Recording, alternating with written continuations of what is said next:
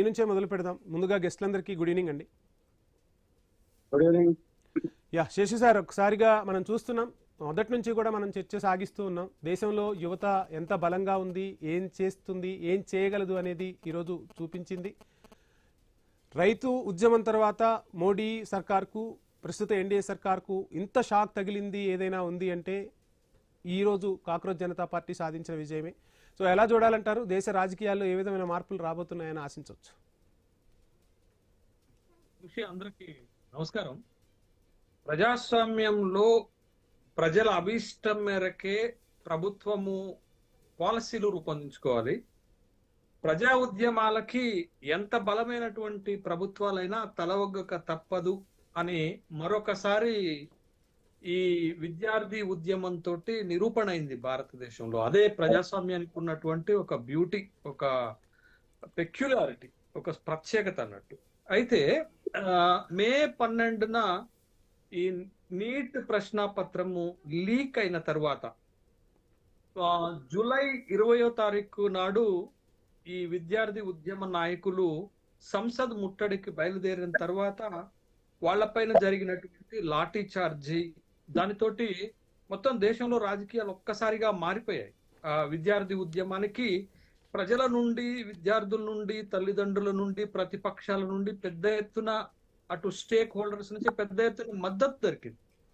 ఆ మద్దతు గమనించినటువంటి ప్రభుత్వము తన తప్పు దిద్దుకునేటటువంటి క్రమంలో విద్యార్థి ఉద్యమ నాయకులను చర్చలకు ఆహ్వానించింది. మరొక పక్క పార్లమెంట్ జరుగుతుంది, ఇంకొక పక్క ప్రతిపక్షాలు పార్లమెంటు సమావేశాలని నడవనీయటం లేదు. విద్యార్థి ఉద్యమానికి రాహుల్ గాంధీ ప్రతిపక్ష నేత మద్దతుగా రావటంతో ప్రభుత్వం కొంత దిద్దుబాటు చర్యలు మొదలుపెట్టింది. దాంట్లో భాగంగా సిజెపి ప్రతినిధులు సౌరవ్ దాస్ ని, అశుతోష్ రంకాని చర్చలకు పిలిచారు. ఆ చర్చల సందర్భంగా వాళ్ళు ఒక 3 డిమాండ్స్ పెట్టడం జరిగింది. ఆ 3 డిమాండ్స్ లో ఒకటి, ఈ నీట్ లీకేజ్ వల్ల మరణించినటువంటి విద్యార్థులకి ఎక్స్గ్రెషియా 1 కోటి రూపాయలు, దానికి సానుకూలంగానే ప్రభుత్వం స్పందించింది.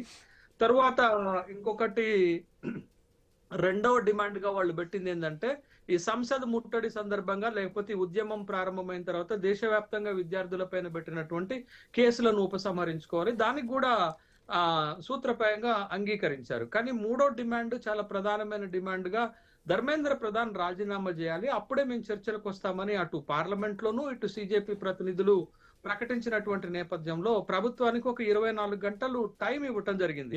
బట్ జూలై 24 నాడు, జూలై 25 ఈ రోజు నాడు 24 గంటల సమయం ముగియక ముందే ప్రభుత్వం చాలా కీలకమైనటువంటి నిర్ణయం తీసుకుంది. ముఖ్యంగా ధర్మేంద్ర ప్రధాన్ విద్యార్థుల ఆకాంక్షలకు అనుగుణంగా గౌరవిస్తూ, నైతిక బాధ్యత వహిస్తూ నా మంత్రి పదవికి రాజీనామా చేస్తామని ముందుకొచ్చారు. సంతోషం. ఇది విద్యార్థులు సాధించినటువంటి, విద్యార్థి ఉద్యమ నాయకులు సాధించినటువంటి ఉద్యమంగా చూడాలి. అయితే అటు సోనం వాంగ్చుంగ్ ఏమన్నారంటే ప్రజాస్వామిక విజయం అన్నారు, ప్రతిపక్ష నాయకుడు రాహుల్ గాంధీ విద్యార్థులు సాధించిన విజయం అన్నారు, అభిజిత్ దీప్కే బొద్దింకలు సాధించినటువంటి విజయం అని చెప్పారు. బట్ మొత్తానికి ఏదైతే ఏంటది, ప్రభుత్వము స్పందించింది, వాళ్ళ 3 డిమాండ్లను అంగీకరించింది. ఇది ఖచ్చితంగా విద్యార్థి ఉద్యమ నాయకులు సాధించినటువంటి విజయం.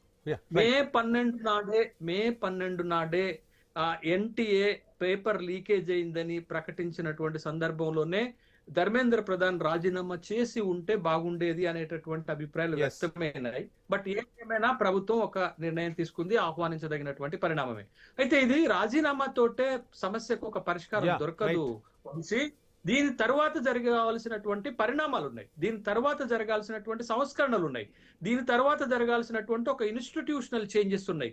అవి వస్తేనే, అవి జరిగితేనే మనం ఏవైతే ఉద్యమాన్ని విద్యార్థులు నిర్మించారో ఆ ఉద్యమానికి సార్థకత ఏర్పడుతుంది అనేటటువంటి విషయాన్ని ఇప్పుడు మొదటి అడుగు పడింది. ఒక సంస్కరణల దాంట్లో ఓ డిమాండ్లలో మొదటి అడుగు పడింది రాజీనామాతోటి. బట్ దీని తర్వాత జరగాల్సినటువంటి విషయాలు చాలా చాలా గొప్ప విషయాలు. అయితే వంశీ, ఒక మాట చెప్పాలి నేను.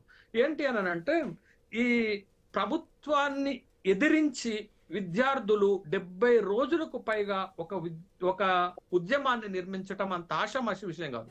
ఎందుకు ఈ మాట అంటున్నానంటే నేను వాళ్ళు ఉద్యమం ప్రారంభించినప్పుడు ప్రభుత్వము ఎదురుదాడికి దిగింది. ఏం దిగిందంటే ఈ ఉద్యమకారుల వెనకాల విదేశీ శక్తుల హస్తం ఉందన్నారు, దేశద్రోహులు అన్నారు, ఈ రకరకాలైనటువంటి యాంటీ నేషనలిస్టులు అన్నారు. ఇవన్నీ ఆరోపణలను తట్టుకొని కూడా విద్యార్థులు బలంగా నిలబడి కావలసినటువంటి డిమాండ్లను సాధించటం అంత ఆషామాషి విషయం కాదు. మరొకసారి విద్యార్థి ఉద్యమానికి ఎంత బలం ఉందనేది చాలా స్పష్టమైనటువంటి అంశంగా చూడాలి. రైట్ సార్, మీకు సమయం ఇస్తాను. అజెండాలో షార్ట్ బ్రేక్ తీసుకుందాం. Stay tune.